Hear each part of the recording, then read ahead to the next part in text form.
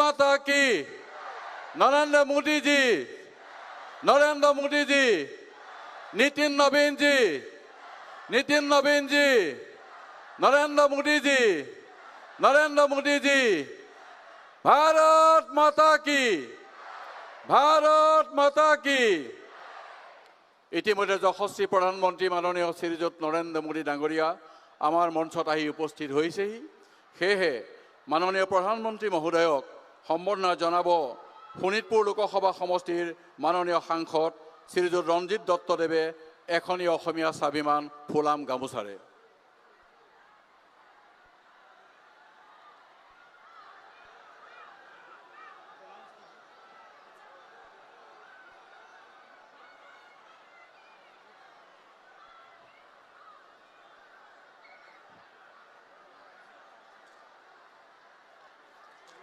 মাননীয় প্ৰধানমন্ত্ৰী মহোদয়ক সম্বৰ্ধনা জনাব আধ্যাত্মিকতাৰ প্ৰতীক এখনি শৰাই অসম ৰাজ্যিক বিজেপিৰ মাননীয় সভাপতি শ্ৰীযুত দিলীপ শইকীয়াদেৱে।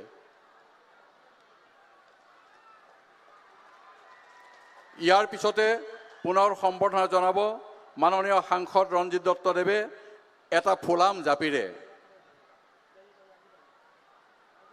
সাংসদ মহোদয়ে সম্বৰ্ধনা জনাব অসমীয়া স্বাভিমান এখনি এৰিয়া চাদৰেৰে।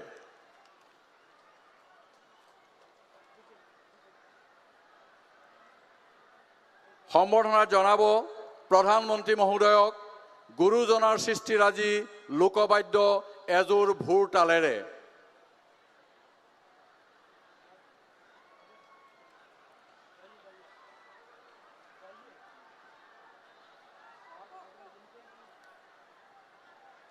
সম্বৰ্ধনা জনাব এখনি গামোচাৰে বিজেপি জিলা সভাপতি শ্ৰী অসীম কুমাৰ দাস ডাঙৰীয়াই।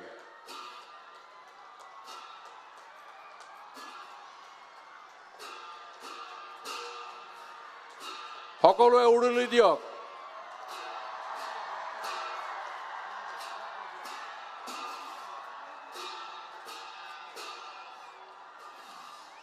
ইয়াৰ পাছতে সম্বৰ্ধনা জনাব বিহালী বিধানসভা সমষ্টিৰ ভাৰতীয় জনতা পাৰ্টীৰ মিত্ৰজোঁটৰ প্ৰাৰ্থী শ্ৰী মুনীন্দ্ৰ দাস ডাঙৰীয়াই। ইয়াৰ পাছতে সম্বৰ্ধনা জনাব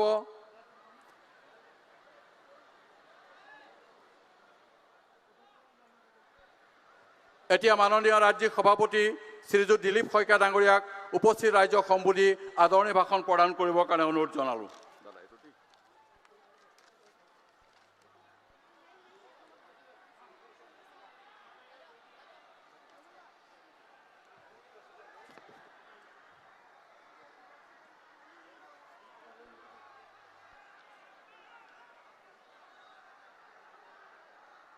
भारत माता की, भारत माता की।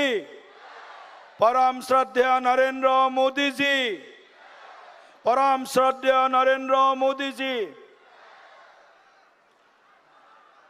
मंच पे विराजमान विश्व के लोकप्रिय नेता, भारत के यशस्वी प्रधानमंत्री, गांव गरीब किसान के त्राणकर्ता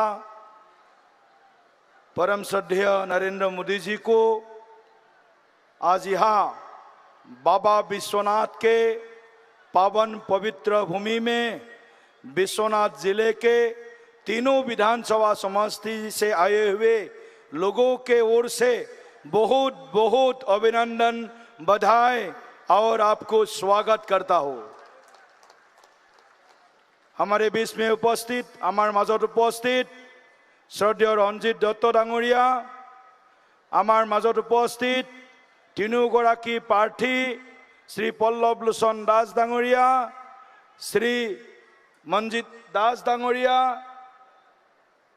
श्री उत्पल बरा डांगरिया और अहोम गण परिषद दलर सम्मानीय ज्येष्ठ नेता हाजरिका डांगरिया प्रमुखे मंचत उपविष्ट परम श्रद्धार विशिष्ट व्यक्तिসকল, आमार सम्मानीय बर्तमान विधायकসকল और श्रद्धार राइज, आमी सकलोए एबार ठिय हई आमार সকলোৰে মৰমৰ প্ৰধানমন্ত্ৰী শ্ৰদ্ধেয় নৰেন্দ্ৰ মোদী ডাঙৰীয়াক এটা বিৰাট হাত চাপৰিৰে স্বাগত বিহালীলৈকে বিশ্বনাথলৈকে এবাৰ হাত চাপৰি অলপ বজাই থাকিব।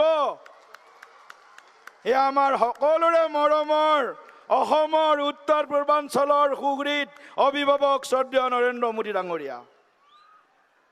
মই বহুত বিশেষ কথা নকওঁ, এটা অনুৰোধ জনাম।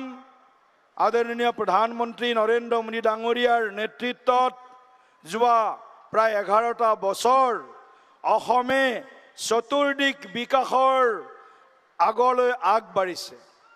মাননীয় প্ৰধানমন্ত্ৰী ডাঙৰীয়াৰ আশীৰ্বাদত আজি ব্ৰহ্মপুত্ৰৰ উত্তৰ পাৰ আজি সকলো দিশত আজি উজ্বলি উঠিছে।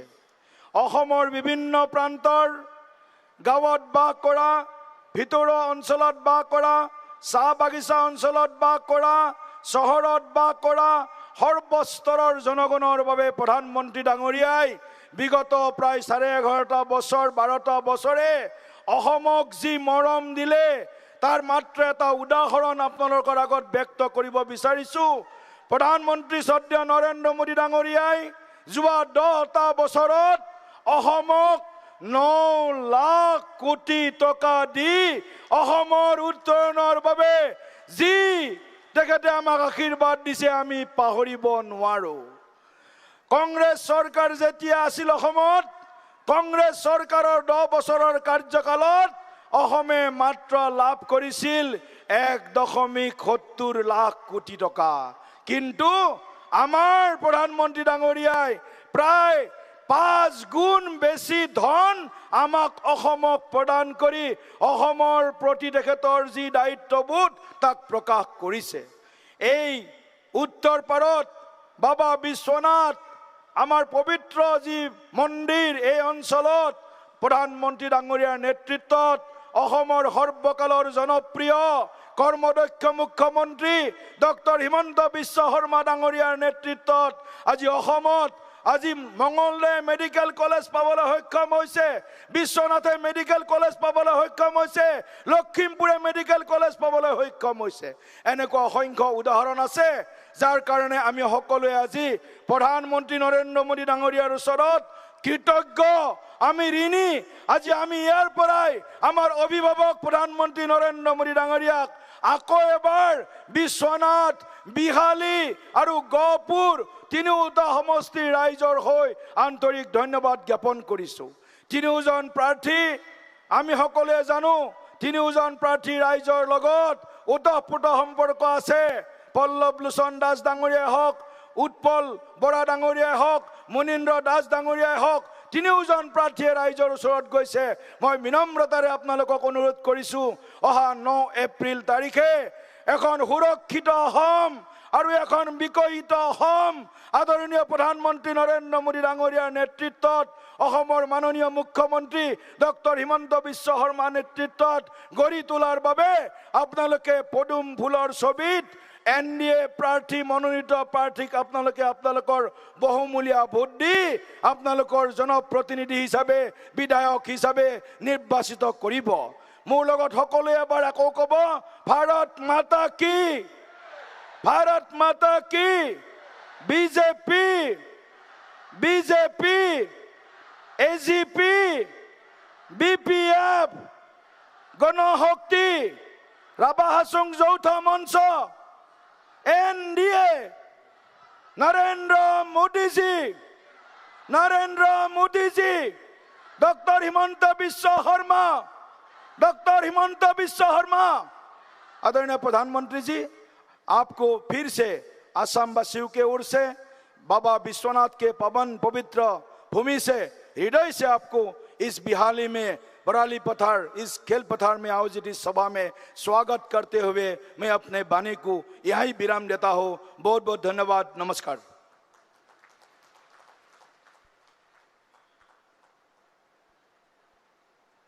ৰাজ্যিক সভাপতি মহোদয়ক ধন্যবাদ জনালোঁ।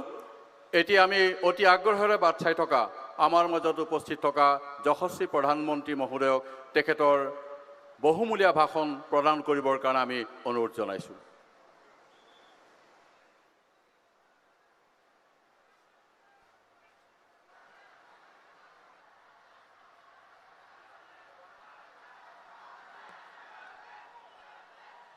भारत माता की, भारत माता की, भारत माता की। जय गुरु शंकर,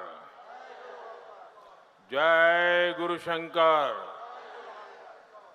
नमस्कार।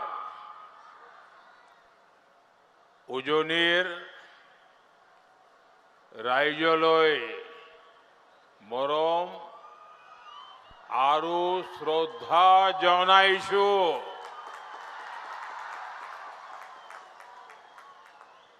विश्वनाथ जिले की ये धरती एक महत्वपूर्ण तपोस्थली है।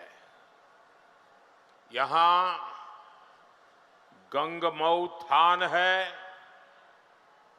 यहां महापुरुष श्रीमंत शंकर देव जी ने वर्षों तक साधना की,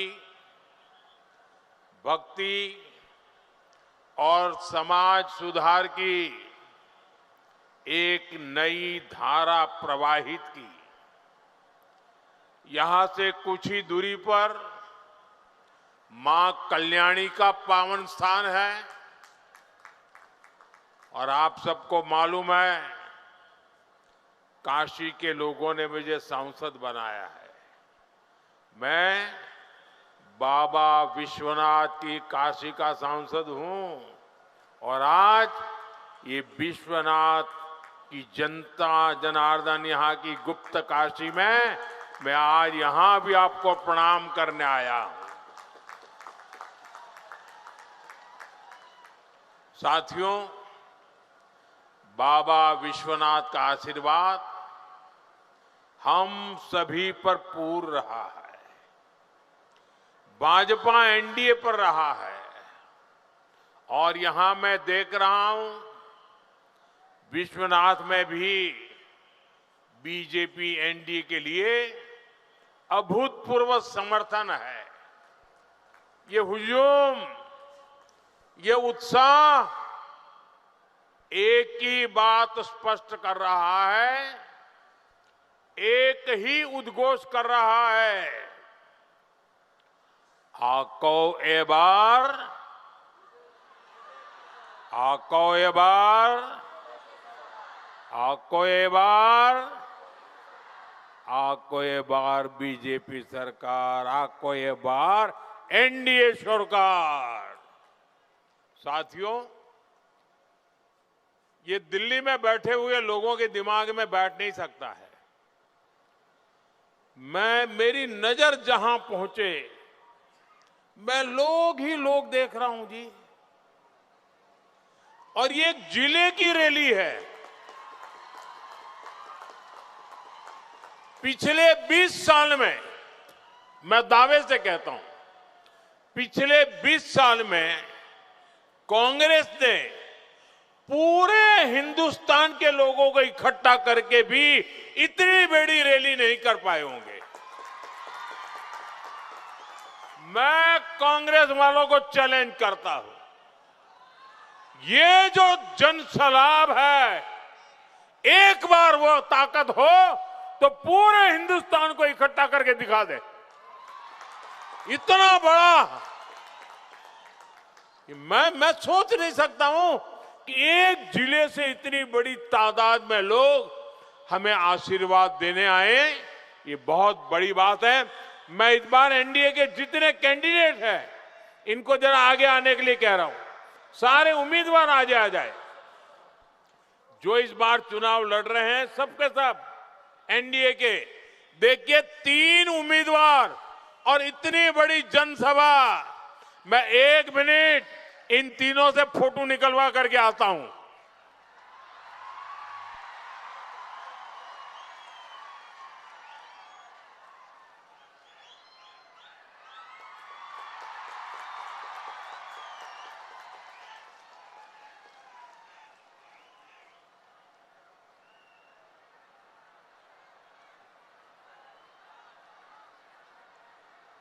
साथियों, देश में जहां भी बीजेपी एनडीए सरकार है, वहां की जनता सुशासन की वजह से हमारी सरकार को बार बार सेवा का मौका देती है।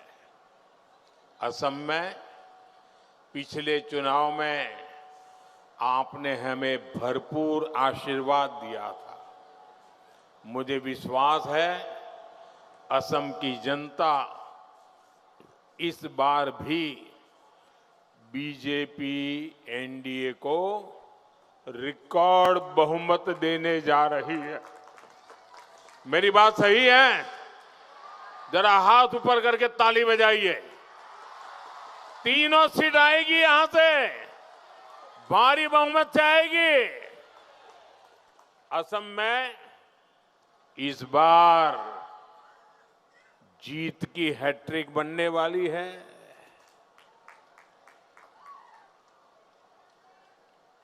देश की जनता ने, असम की जनता ने आप सबके आशीर्वाद से मुझे भी केंद्र में हैट्रिक लगाने का अवसर मिला था। ये चुनाव ऐसा है, असम कांग्रेस भी अपने पराजय की हैट्रिक लगाने वाले हैं। और इतना ही नहीं, जब इस चुनाव के नतीजे आएंगे तब तक ये जो शाही परिवार के नामदार है ना, ये दिल्ली में जो एक शाही परिवार है, उस शाही परिवार के नामदार है, ये नामदार पराजय की सेंचुरी लगाने वाले हैं। साथियों, मेरे इस विश्वास की वजह डबल इंजन सरकार का काम है। यहां इतनी सारी बहनें आई हैं। बीते 10-11 सालों में महिलाओं की सुरक्षा हो या महिलाओं की कमाई की बात हो, महिलाओं की पढ़ाई की बात हो, हर स्तर पर अभूतपूर्व काम हुआ है। लखपति दीदी अभियान के तहत असम की लाखों बहनें लखपति बन चुकी है। और अभी जो संकल्प पत्र हम असम बीजेपी ने जारी किया है, उसमें घोषणा की गई है कि आने वाले समय में 40 लाख बहनों को लखपति दीदी बनाएंगे। 40 लाख बहनें, यानी असम के 40 लाख परिवारों में लखपति दीदी होगी। आप सोचिए गांव की अर्थव्यवस्था में कितना बड़ा बदलाव आने वाला है। इतना ही नहीं, असम बीजेपी ने अरुणोदय स्कीम का दायरा बढ़ाने की भी घोषणा की है। इससे लाखों बहनों को बहुत फायदा होगा। केंद्र सरकार की मुद्रा योजना से भी बहुत बड़ी संख्या में बहनों को बैंकों से सस्ते और आसान लोन मिल रहे हैं। इससे बहनें आसानी से अपना कोई स्वरोजगार कर रही है।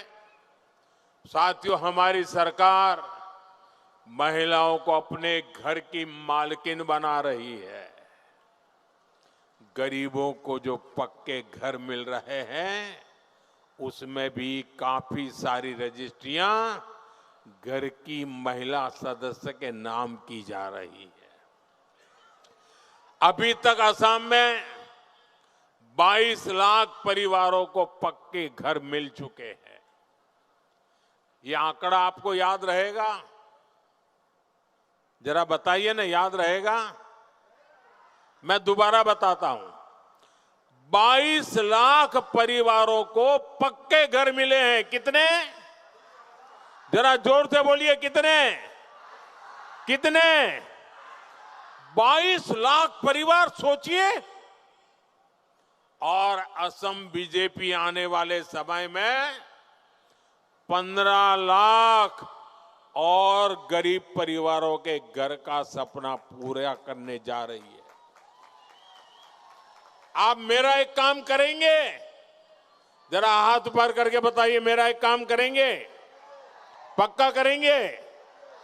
देखिए, आप इस चुनाव प्रचार में जब जाएंगे, बूथ में जाएंगे और किसी का घर कच्चा है, कोई अगर झोपड़ी में रहता है, कोई फुटपाथ पे रहता है, तो उसको जाकर के बताना कि मोदी जी ने वादा किया है कि आपका घर भी पक्का बन के रहेगा। मेरे लिए आप ही मोदी हैं।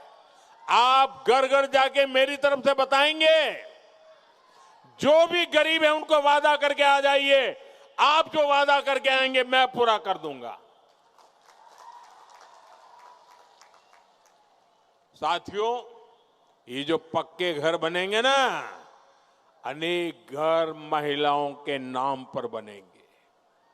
घर हो, टॉयलेट हो, बिजली, पानी और गैस का कनेक्शन हो, ऐसी सारी सुविधाओं से असम की बहनों का जीवन बदल रहा है। साथियों, विकसित असम के निर्माण में हमारे नौजवानों की बहुत बड़ी भूमिका है। इसके लिए असम में अच्छी सड़कों की, अच्छे ब्रिज की और आधुनिक रेलवे कनेक्टिविटी की बहुत जरूरत है। इससे खेती को भी फायदा होता है, उद्योगों के लिए भी आसानी होती है और टूरिज्म भी बढ़ता है। यही वो सेक्टर है जिसमें बहुत बड़ी मात्रा में नौजवानों के लिए, बेटे बेटियों के लिए रोजगार बनते हैं। साथियों, 10 साल पहले तक जब कोई आसाम आता था तो असम की बदहाली को देखकर हैरान होते थे। आज असम की कनेक्टिविटी को देखकर लोग खुशियों से भर जाते हैं। एक सकारात्मक हैरानी होती है। अभी कुछ ही समय पहले दुनिया ने असम का वो हाईवे भी देखा है, याद है आपको? ऐसा हाईवे, असम का हाईवे, जहां लड़ाकू विमान हाईवे पर उतर रहे हैं। पूरे देश में इसकी बहुत चर्चा हुई। साथियों, अब मैं आपको एक और खुशखबरी देना चाहता हूं। आपने हाईवे पर फाइटर जेट उतरते देखे। अब यहां ब्रह्मपुत्र के पानी के नीचे से भी गाड़ियां गुजरेगी। ऊपर से ब्रह्मपुत्र नदी और नीचे से गाड़ियां चलेगी। केंद्र सरकार ने ब्रह्मपुत्र के नीचे अंडर टनल बनाने के निर्णय को स्वीकृत कर लिया है और इस पर करीब 18,500 करोड़ रुपया खर्च किए जाएंगे। ये 18,500 करोड़ रुपया टनल तो बनेगी, लेकिन ये रुपया असम में लगने वाला है, यहां के लोगों का फायदा होने वाला है। साथियों, इस अंडर वाटर टनल के बनने से नुमालीगढ़ और गोहरपुर के बीच की दूरी बहुत कम हो जाएगी। इससे असम की बाकी नॉर्थ ईस्ट से कनेक्टिविटी और बेहतर होगी। जब ये बनेगी तब तो फायदा होगा ही, लेकिन निर्माण के समय भी इससे अनेक रोजगार भी मिलने वाले हैं। साथियों, बीजेपी असम की एक और बड़ी परेशानी को दूर करने के लिए ईमानदारी से प्रयास कर रही है। ये परेशानी बाढ़ की है, भूमि कटाव की है। अभी इसके लिए सैकड़ों करोड़ रुपए के प्रोजेक्ट पर काम चल रहा है। असम बीजेपी ने घोषणा की है कि बाढ़ और भूमि कटाव से बचाव के लिए 18,000 करोड़ रुपए और खर्च किए जाएंगे। ये बहुत बड़ा काम होने जा रहा है। साथियों, बीजेपी एनडीए सरकार का एक बहुत बड़ा लक्ष्य असम को आत्मनिर्भर बनाने का भी है।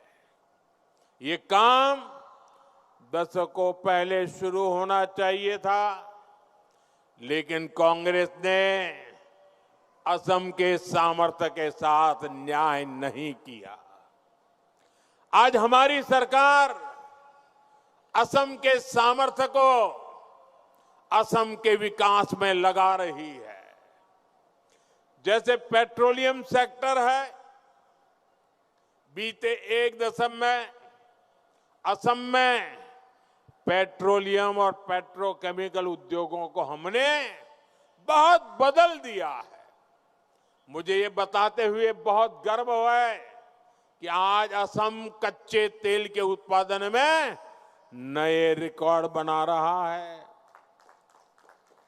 पेट्रोल, डीजल और गैस का उत्पादन बहुत अधिक बढ़ रहा है। आज जब दुनिया भर में तेल और गैस का संकट है, तब असम भारत को बहुत बड़ी ताकत दे रहा है। और इसलिए मैं कहता था, ए फॉर असम, अल्फाबेट का ए असम का ए। साथियों, पूरा देश जानता है कि कांग्रेस विकास विरोधी है। कांग्रेस आजाद भारत में भ्रष्टाचार की जननी है। लेकिन असम में तो कांग्रेस ने ऐसे ऐसे पाप किए हैं जो सिर्फ आप जानते हैं, असम की जनता जानती है। कांग्रेस ने असम की आत्मा, असम की शान, पहचान और सुरक्षा से खिलवाड़ किया है। साथियों, आजादी के बाद से ही कांग्रेस ने सत्ता के लिए असमिया पहचान को दांव पर लगाया है। कांग्रेस ने असम के हितों से हमेशा समझौता ही किया है। कांग्रेस का सबसे बड़ा पाप घुसपैठियों को मुख्य धारा में शामिल करने का रहा है। अपनी सत्ता को बचाए रखने के लिए कांग्रेस ने यहां ये अवैध कब्जे होने दिए। बाहर से लोग आते थे और जहां मर्जी बस्ती बसा लेते थे। देखते ही देखते असम की लाखों बीघा जमीन अवैध कब्जे के तहत चली गई। साथियों, यहां जो हमारे सत्र है, नामघर है, ये हमारी आस्था के स्थान है।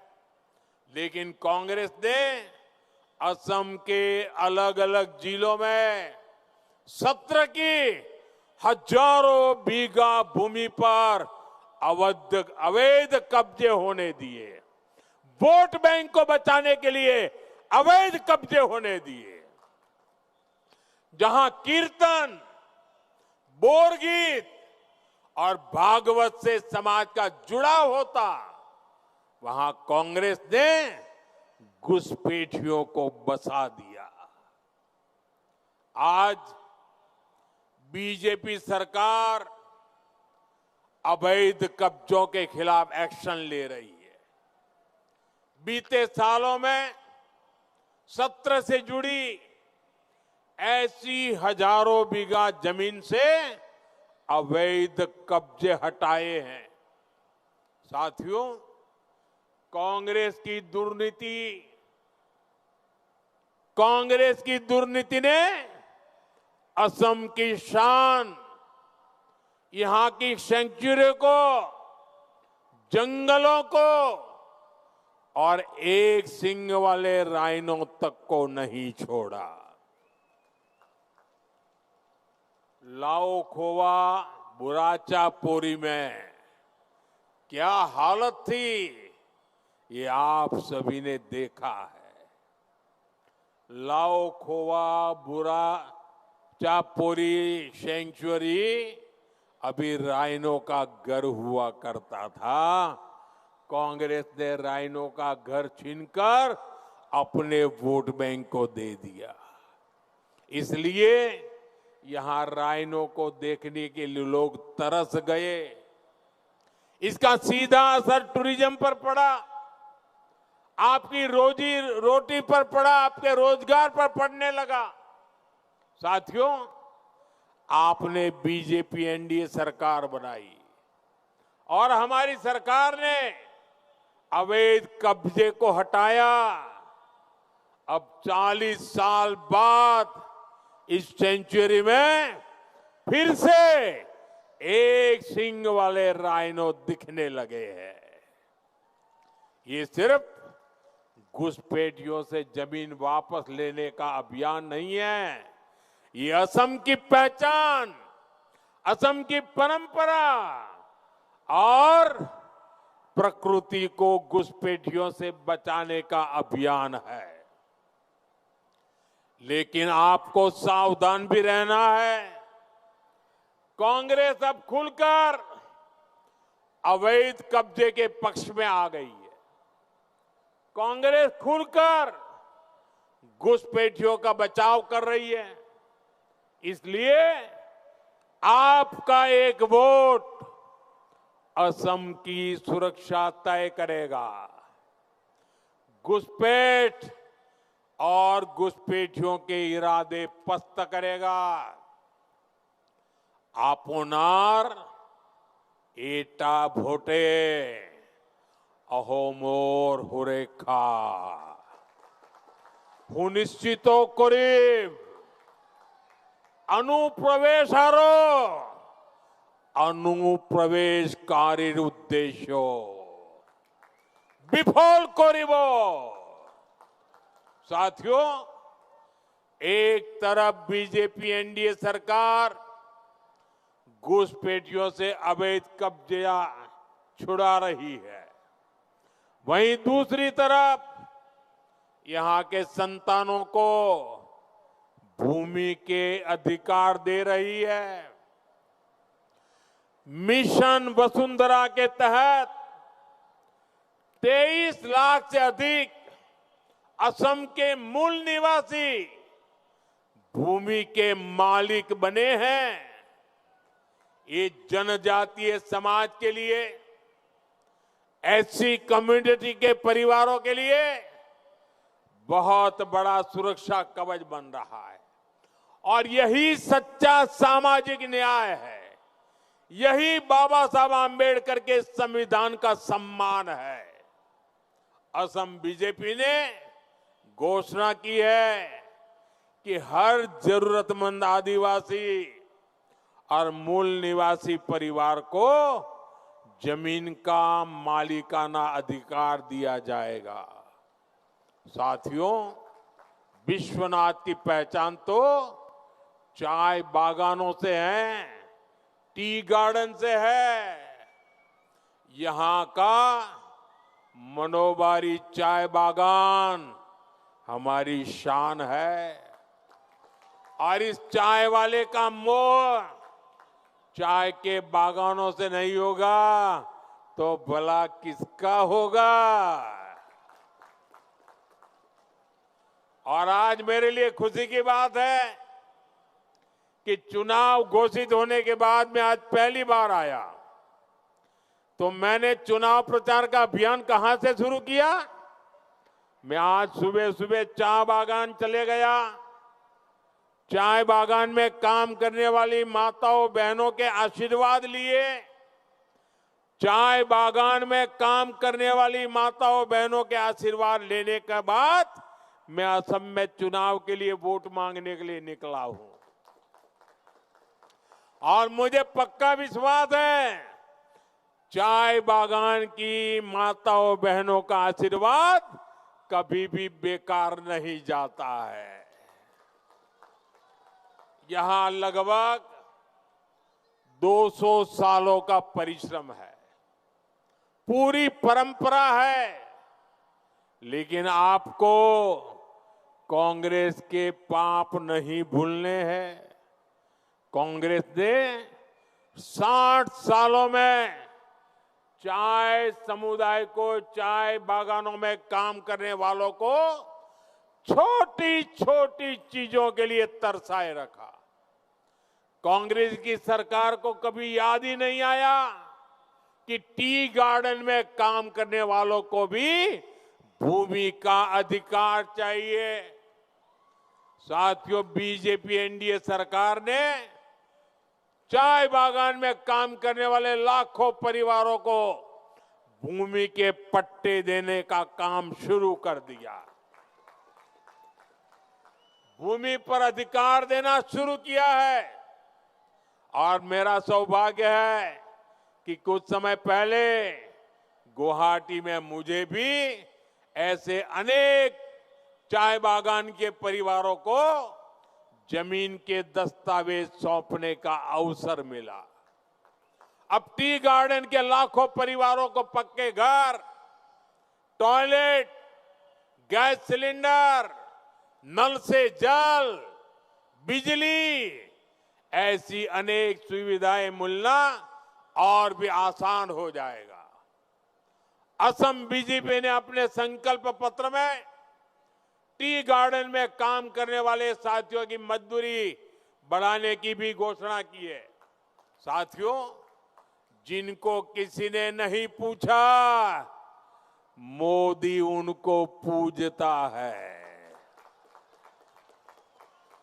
डबल इंजन सरकार की जितनी भी कल्याणकारी योजना है, उनका सबसे अधिक लाभ गरीबों को मिल रहा है।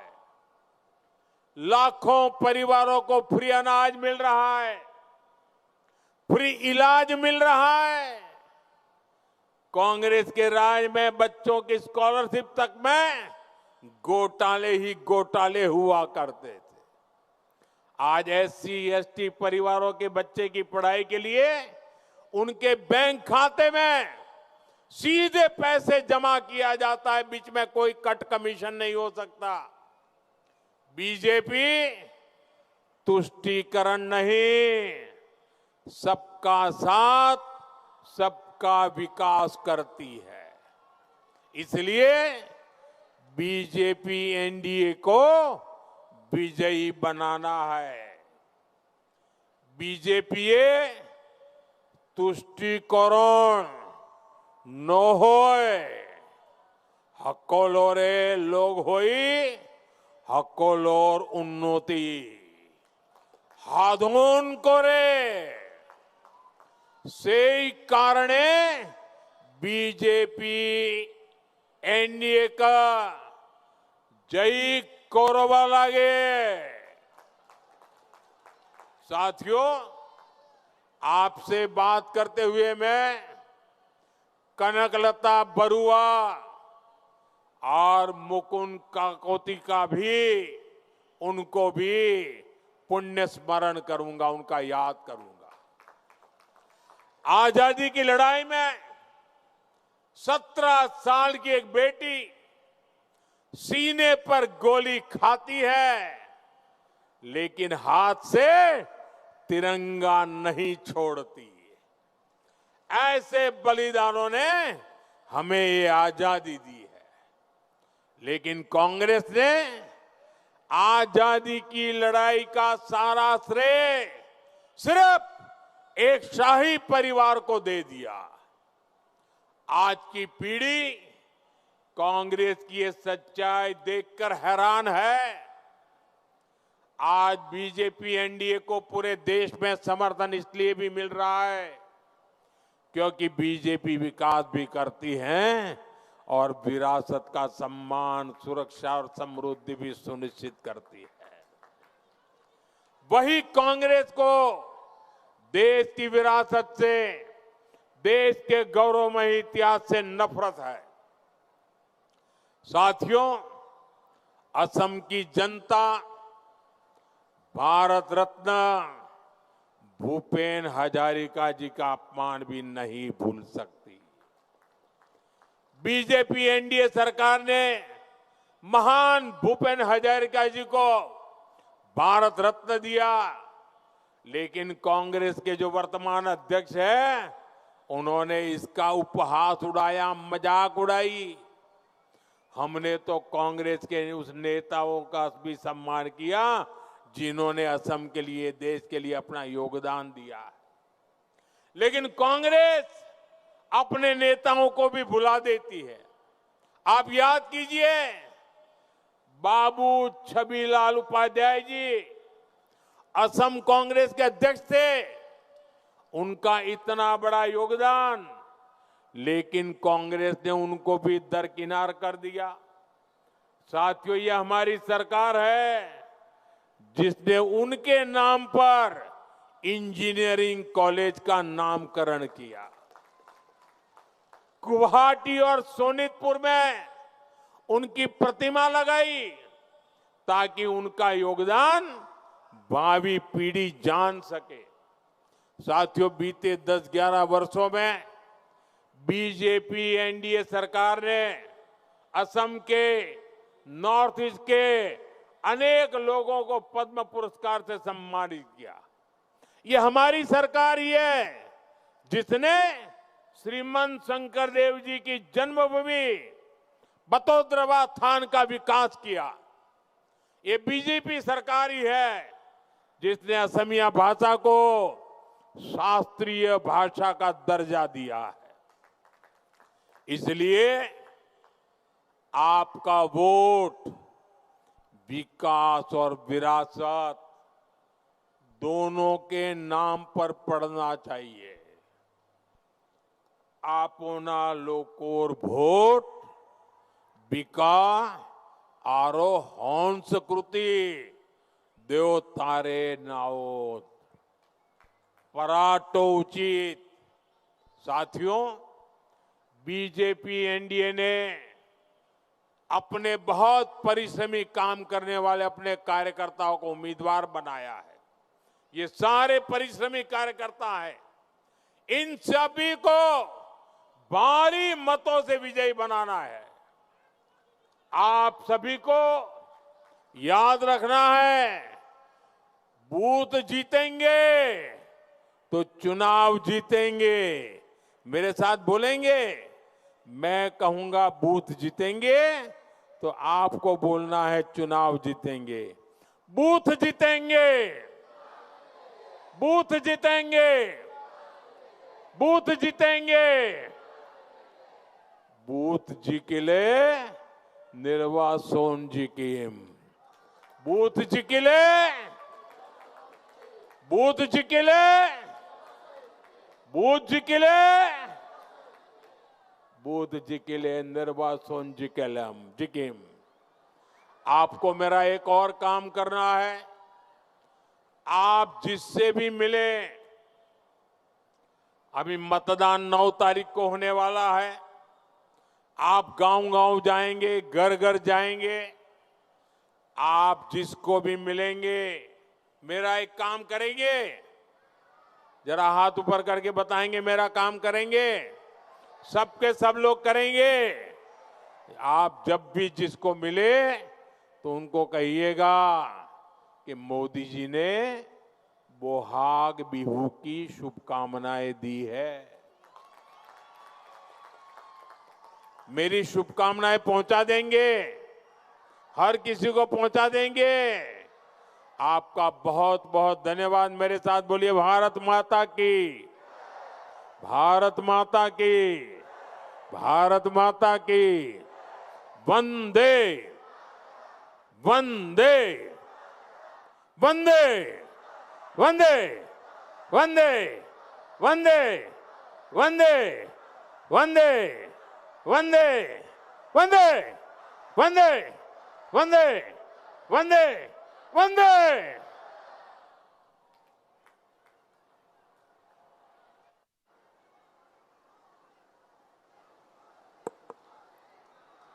মাননীয় যশস্বী প্ৰধানমন্ত্ৰী মহোদয়ক তেখেতৰ ভাষণৰ বাবে অশেষ ধন্যবাদ জ্ঞাপন কৰিছোঁ।